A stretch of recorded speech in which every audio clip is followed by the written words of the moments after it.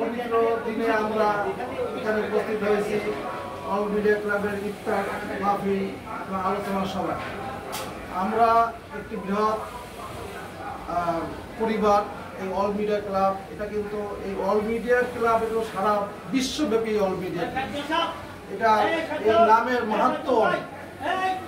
এটা শুধু বাংলাদেশ ব্যাপী না, বিশ্বব্যাপী এই অল মিডিয়া ক্লাব। এখানে আমাদের যারা আমরা এই অল মিডিয়া ক্লাবের সদস্য আছি এবং অল মিডিয়া ক্লাবে যারা আমরা হয় দেশের সেবা এবং দেশের কাজ করে যাচ্ছি, আমাদের উদ্দেশ্য থাকতে হবে মহৎ, যেন আমরা স্বচ্ছ থেকে এবং এই দেশের উন্নয়ন, জনগণের উন্নয়ন এবং সরকারকে সঠিক যেখানে সমালোচনা, সঠিক সমালোচনা অথবা সঠিক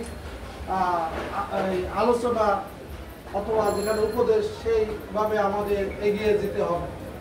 সঠিক এই সংবাদপত্র হলো রাষ্ট্রের চতুর্থ স্তম্ভ, সাংবাদিকরা জাতির বিবেক।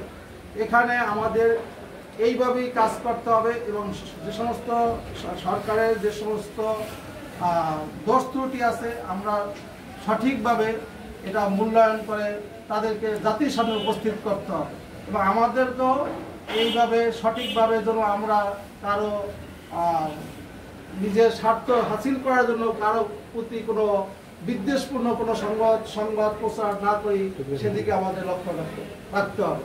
এই অল্প এই ইফতার পার্টি অনুষ্ঠানে যেহেতু সংকীর্ণ